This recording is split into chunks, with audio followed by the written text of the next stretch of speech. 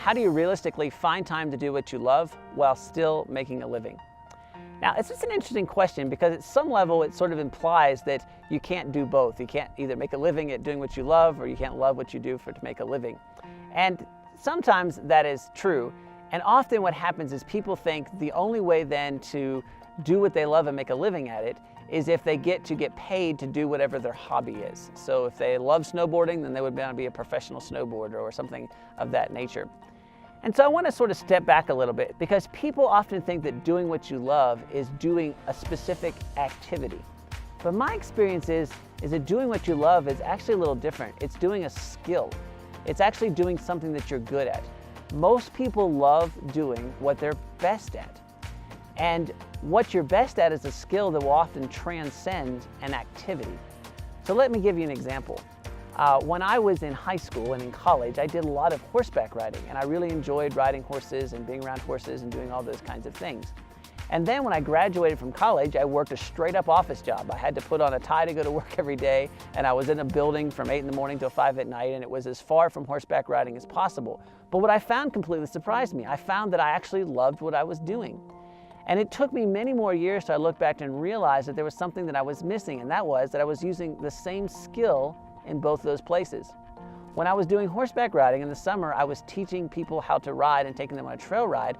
And often I would begin by explaining to them how they got in the horse and how to handle the horse and how it all worked and explaining all that stuff and giving a big presentation and then taking them on a trail ride. In the winters, I worked for a steeplechase stable, and it was often my job to explain to the owners what we were doing with their horses as we trained them. So I spent a lot of time presenting and explaining and teaching. When I went to work in an office job, I worked for a college where I often would take students on tours of the campus and explain to them and show them what it was like to go to school there. And I would do interviews where I would basically explain what the college is about and teach them what it was like to be a student at that particular place. Ultimately, it wasn't horses or an office. It wasn't the activity that was a really critical piece. It was the skill. It turned out that I really loved and was good at communicating with people and teaching people and talking to people. And in both those places, I got to do it.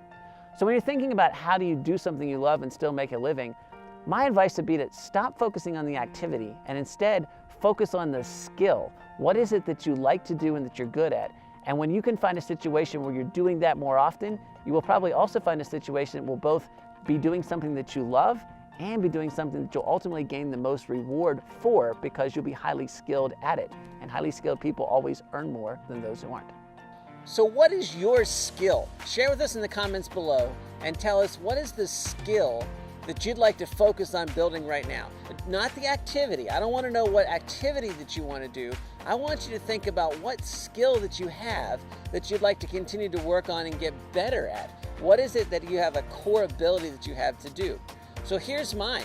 I'd like to continue to work on my communication skills. I've done a lot of communication, but there's new ways to do it. Ways like this video and social media and those kinds of things. So there's a whole set of skills right now. And I said communication skills, maybe I should call them teaching skills. There's a whole set of teaching skills that I'm really working on. I've now lived long enough to have some experience. I know things that other people could benefit from. So how do I work the best on conveying that information and teaching people what I know? What skill is it that you'd like to work on the most?